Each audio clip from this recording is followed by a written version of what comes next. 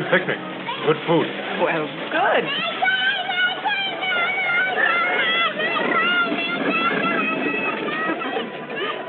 Heaven forbid our new car should give us a ride like that. Not a chance. Our new Chevrolet rides smoother and gives more all-around comfort than any car we ever owned. That's right. That's why we bought it. But, I can't imagine what they've done to make it that way. Well, lots of things you can't see. Hidden values. Now, you take that easy steering I was... Oh, boy. Remember me? I'm your wife, not one of your engineering friends. Oh, even you can understand this. Years ago, front wheels had a solid front axle.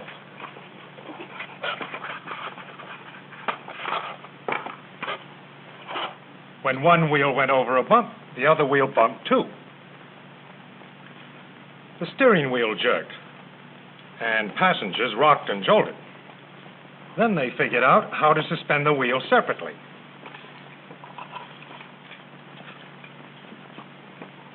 Something like this.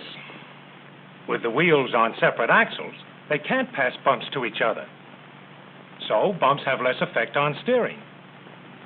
Our Chevrolets have had that kind of front wheel suspension for a long time. But the engineers still weren't satisfied with the steering. You see, front wheels are connected to the steering by what they call tie rods. And because the steering wheel is over on the left side, one tie rod was longer than the other. It was like, well, imagine trying to steer a rowboat with one oar longer than the other. With oars of unequal length, you'd have to pull hard on the short oar to get the same steering effect as an easier pull on the long oar. Here's what happens in the automobile. To steer the wheels, you have to push the tie rods. And remembering the rowboat, you can see that you'll have to move the tie rods different distances to get the same steering results. Also, as the front wheels bump up and down, the tie rods turn them slightly. Both wheels turn inward. But because of the unequal tie rods, one wheel often turns more than the other. So in straight-ahead driving on rough roads, unequal tie rods can make a car pull slightly to one side. Not good, huh? No, and a difficult engineering problem to boot. But if the tie rods were of practically equal length, each would move the same distance to get the same steering result, and bumps would have an equal effect on the wheels. Yes, there were a lot of problems involved in designing such a system, but we have it on our new Chevrolet.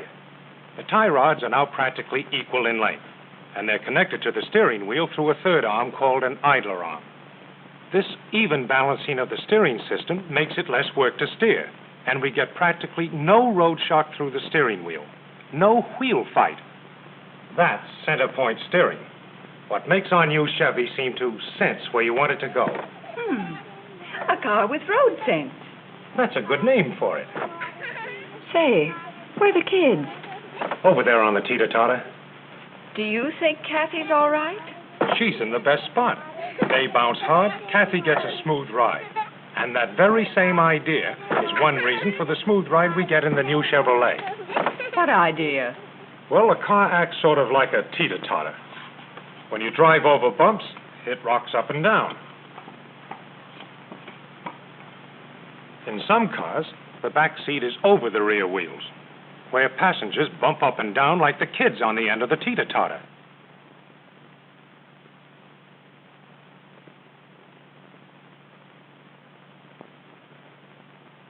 In our new car, the seats are between the wheels, where you get the smoothest ride, like Kathy at the center point of the teeter-totter. With center point seating, all passengers get a front seat ride. But center point seating is just one of the reasons why our new car rides so comfortably. Another reason is what they did with the rear springs. Well, this will take some pretending, but, well, just imagine this chain is a rear spring, and the flashlight is a gadget called a shackle. A shackle? Yeah, a kind of pivot.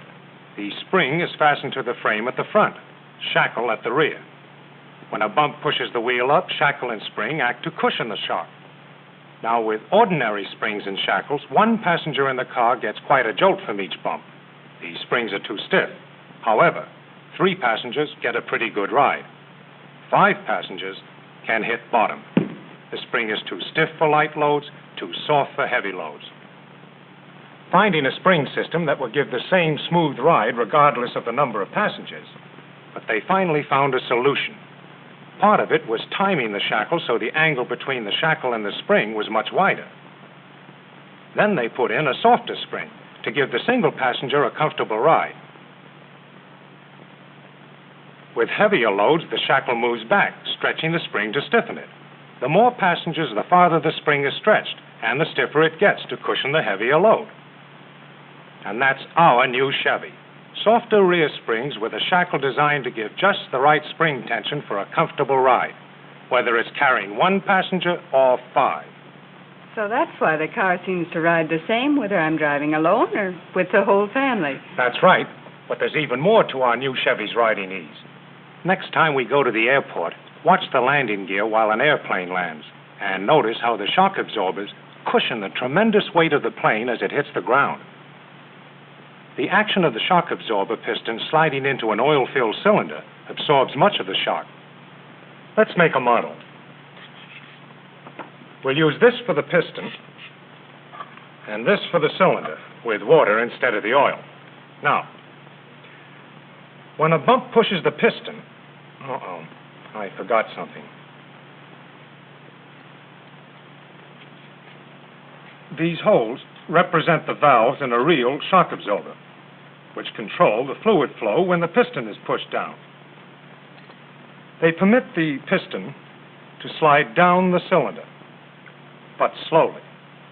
On the rebound, a spring pushes the piston up, and again the fluid controls the action. Our Chevrolet shock absorbers are now this same type. When we hit a bump, they smother the shock by slowing down its effect. One of these direct double-acting shock absorbers is mounted in each front suspension unit, teamed up with the strong coil springs. In the rear, the same kind of shock absorbers are placed diagonally instead of straight up and down. This is so they'll act like the braces on the swing the kids are using. They steady the body of the car on curves and in crosswind driving. So you see, there are 3 big reasons why our new Chevy rides so much easier. The center point seating, the new spring and shackle arrangement, and the new airplane-type shock absorbers. You'd never think simple things like that could make so much difference. Simple, she says. They seem simple after they're perfected. But what it takes to develop one of those simple things and make sure that it works. Why, do you know... John, don't you think Tommy's swinging Gail too hard? Oh, she knows how to hang on. Do you know of a better way to stir up a breeze? Sure. Breezing along in our new car. Well, you got something there. You know, they call it the car that breathes. Up front, under the hood, are 2 air intake scoops leading to the passenger compartment.